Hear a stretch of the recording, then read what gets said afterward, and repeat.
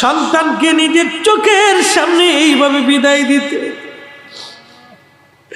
হযরত ইমাম হুসাইন ডেকে বললেন, আলী আকবর, তুমি তোমার মায়ের খেদমতে চলে যাও। বলল, আব্বা হুজুর, আমার বড় ভাই ইমাম কাসেম শহীদ হয়ে ঘুমায়।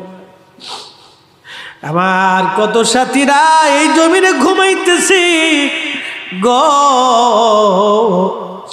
আমাকে ফিরাবেন না, আমার শাহাদাতের লিপ্সা লেগে গেছে, আমাকে ফিরাবেন না, একটা মাত্র জীবন আপনার কদমে কুরবানি নজরানা পেশ করে আসি, সুযোগ করে দেন, আমাকে দয়া করে ফিরাই দিবেন না আব্বা হুজুর।